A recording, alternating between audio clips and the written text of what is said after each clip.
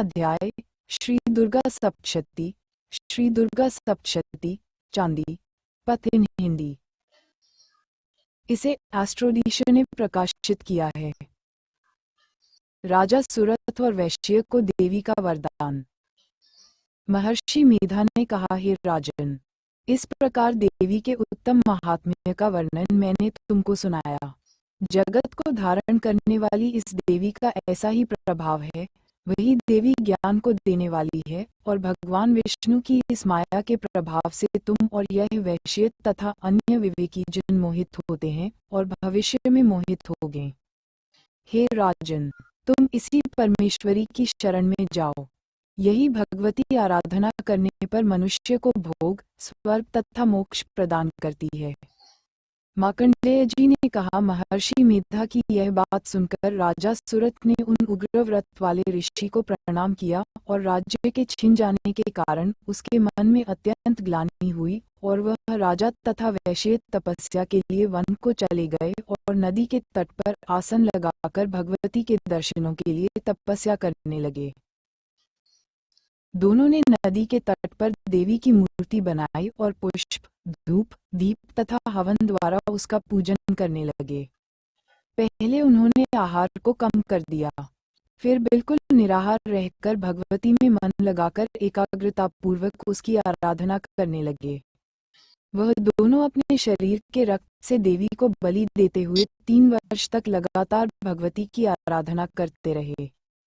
3 वर्ष के पश्चात जगत का पालन करने वाली चंडिका ने उनको प्रत्यक्ष दर्शन देकर कहा, देवी बोली, हे राजन तथा अपने कुल को प्रसन्न करने वाले वैश्य, तुम जिस वर की इच्छा रखते हो वह मुझसे मांगो, वह वर मैं तुमको दूंगी क्योंकि मैं तुम पर अत्यंत प्रसन्न हूँ।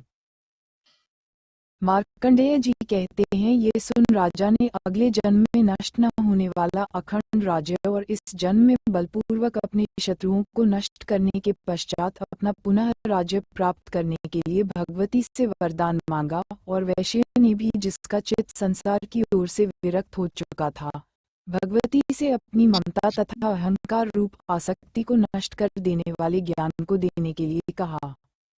देवी ने कहा, हे राजन, तुम शीघ्र ही अपने शत्रुओं को मारकर पुनः अपना राज्य प्राप्त कर लोगे। तुम्हारा राज्य स्थिर रहने वाला होगा। फिर मृत्यु के पश्चात आप सूर्यदेव के अंश से जन्म लेकर सावर्णिक मनु के नाम से इस पृथ्वी पर ख्याति को प्राप्त होगे। हे वैश्य, कुल में श्रेष्ठ, आपने जो मुझसे वर मांगा है वह आपको देती हूँ। आपको मोक्ष को देने वाले ज्ञान की प्राप्ति होगी। मार्कंडेय जी कहते हैं, इस प्रकार उन दोनों को मनोवांछित वर प्रदान कर तथा उनसे अपनी स्तुति सुनकर भगवती अंतर्धान हो गई और इस प्रकार क्षत्रियों में श्रेष्ठ वह राजा सुरथ भगवान सूर्यदेव से जन्म लेकर इस पृथ्वी पर सावर्णिक मनु के नाम से विख्यात हुए। श्री दुर्गा सप्तशती के पाठ के बाद सिद्धकुंजिका स्तोत्र का पाठ अवश्य करना चाहिए। इससे सभी मनोरथ पूरे होते हैं। सिद्धकुंजिका स्तोत्र को संस्कृत में पढ़ने या उसका हिंदी अर्थ पढ़ने के लिए निम्न लिंक पर क्लिक